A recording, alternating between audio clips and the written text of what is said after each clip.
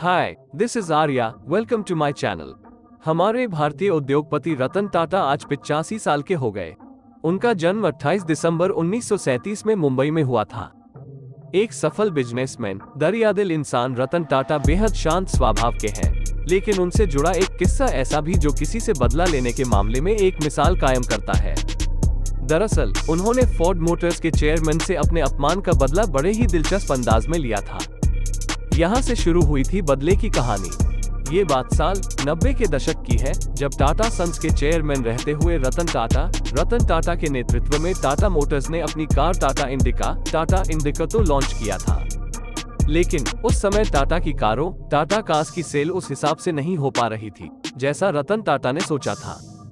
Tata indica को ग्राहकों का खराब रिस्पांस मिलने और लगातार बढ़ते घाटे के चलते ऐसा समय आया कि उन्होंने पैसेंजर कार बिजनेस को बेचने का ही फैसला कर लिया।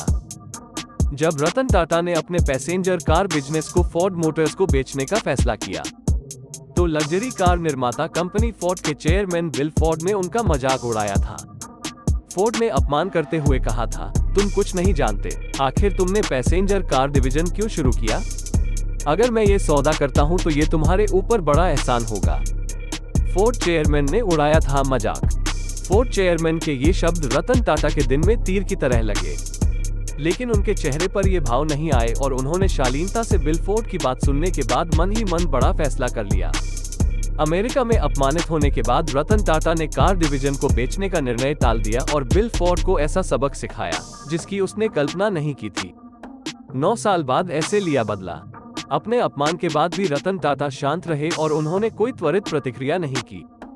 उसी रात वे मुंबई के लिए वापस लौट आए। उन्होंने इस अपमान को लेकर कभी किसी से कोई जिक्र नहीं किया, बल्कि अपना पूरा ध्यान कंपनी के कार डिवीजन को बुलंदियों पर पहुंचाने में लगा दिया।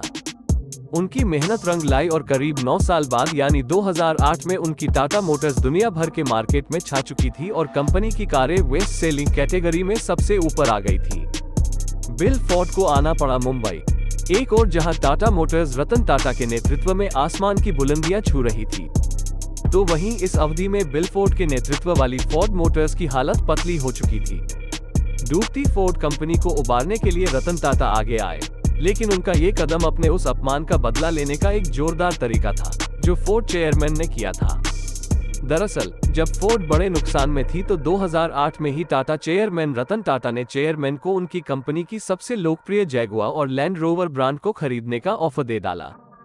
इस सौदे के लिए रतन टाटा को अमेरिका नहीं जाना पड़ा, बल्कि उनका अपमान करने वाले बिल फोर्ड को खुद अपनी पूरी टीम के साथ मुंबई आना पड़ा।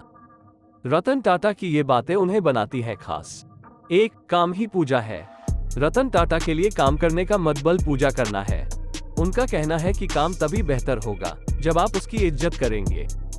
2 सभी से प्यार भरा व्यवहार। रतन टाटा की सबसे बड़ी खासियत है उनका शांत और सौम्य स्वभाव। वे कंपनी के छोटे से छोटे कर्मचारी तक से बड़े प्यार से मिलते हैं, उनकी जरूरतों को समझते हैं और उनकी मदद करते हैं। 3 सफलता का मतलब। 4 दिग्गज उद्योगपति के मुताबिक अगर आपको किसी काम में सफलता पाना है तो उस काम की शुरुआत भले ही आप अकेले कर रहे हो, लेकिन उसे बुलंदियों पर पहुंचाने के लिए लोगों का साथ जरूरी है। साथ मिलकर ही दूर तक चल सकते हैं। मुकेश अंबानी और रतन टाटा के कंपनी की इनकम को कंपेयर करें तो रतन टाटा मुकेश अंबानी से आगे है।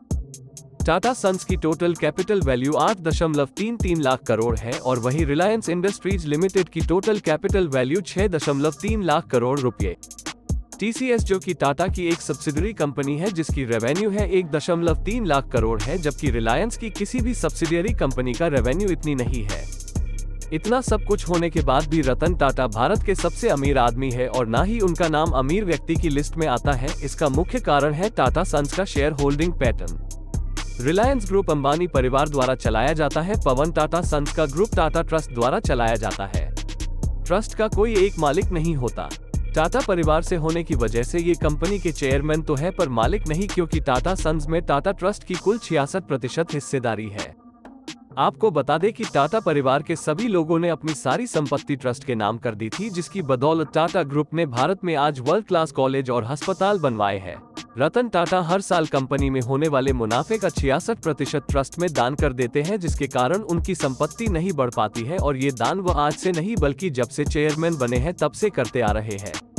अगर रतन टाटा ये दौलत दान नहीं करते तो वो आज दुनिया के सबसे अमीर इंसान होते। रतन टाटा एक महान व्यक्ति है जिनके अंदर देशभक्ति कूट कूट के भरा हुआ है। इस दुनिया में हर कोई पैसा कमाना चाहता है, लेकिन उस पैसों को सही इस्तेमाल करने की बारी आई तो वो लोग इसको सिर्फ अपनी खुद की इस्तेमाल करने के लिए करते हैं। लेकिन रतन टाटा इन सबसे अलग है, वे अपनी पैसा का इस्तेमाल सही जगह करते हैं, यानी कि लोगों के भलाई के लिए। वे टाटा कंपनी का ओनर होने के नाते पब्लिक वेलफेयर में अपने ज्यादा कमाई लगा देते हैं। इसमें वे सड़क से लेकर पब्लिक के लिए हॉस्पिटल फैसिलिटी प्रोवाइड करते हैं। अगर आपको कभी भगवान को देखने को दिल करे तो रतन टाटा जी के तस्वीर देख लीजिए।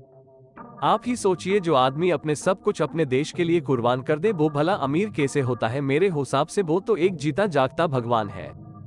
टाटा ग्रुप हमेशा पब्लिक के अच्छे के लिए सोचा है, इसलिए वो अमीर नहीं बन सका, लेकिन वो अमीरों से कई ज्यादा अमीर ही है और महान भी।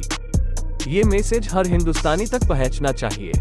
टाटा समूह टाटा ग्रुप एक भारतीय बहुराष्ट्रीय समूह इंडियन मल्टीनेशनल कंग्लोमरेट है जिसका मुख्यालय मुंबई, भारत में है। टाटा ग्रुप हेडक्वार्टर्स ये भारत की सबसे बड़ी और सबसे अधिक लाभदायक कंपनियों में से एक है। यह 150 से अधिक देशों में उत्पादों और सेवाओं के साथ भारत का सबसे बड़ा समूह है। यह विश्व के 6 महाद्वीपों के 100 देशों में संचालन करता है। Tata group area served. Tata समूह एशिया का 5वां सबसे मूल्यवान कॉर्पोरेट है।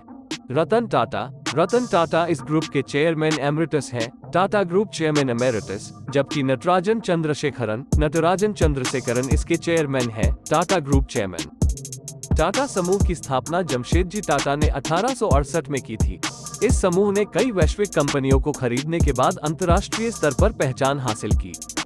ये भारत के सबसे बड़े और सबसे पुराने औद्योगिक समूहों में से एक है। टाटा समूह के अंदर मौजूद तमाम कंपनियां अपने निदेशक मंडलों और शेयरधारकों के मार्गदर्शन में स्वतंत्र रूप से काम करती हैं। भारत की विकास गाथा में टाटा समूह का महत्वपूर्ण योगदान रहा है। 2018 में इसने देश के सकल घरेलू उत्पाद में लगभग 4% का योगदान दिया और भारत में कुल टैक्सेशन का 2.24% यानी 47,195 करोड़ रुपए का भुगतान किया, जो किसी भी कॉर्पोरेट समूह द्वारा दी गई उच्चतम राशि थी। Tata group contribution. Tata nano दुनिया की सबसे सस्ती कार, जिसकी कीमत 1 लाख रुपए रखी गई थी, को 2008 में टाटा मोटर्स ने लॉन्च किया था। टाटा समूह के महत्वपूर्ण सहयोगियों में Air India, Tata Chemicals, Tata Communications, Tata Consultancy Services, Tata Consumer Products, Tata Elxsi, Tata Motors, Tata Power, Tata Steel, Jamshedpur FC, Tanishq, Voltas, Tata CLiQ, Tata Projects Limited, Tata Capital, Titan, Trent, Indian Hotels Company Limited, Croma और टाटा स्टारबक्स आदि शामिल हैं।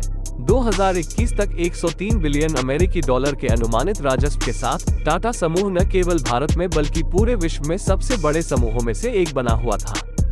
टाटा की होल्डिंग कंपनी टाटा सन्स के 66% पर परोपकारी ट्रस्ट का नियंत्रण है, जबकि टाटा परिवार एक बहुत छोटा शेयरधारक है। Tata group share holders. Thank you for watching my video.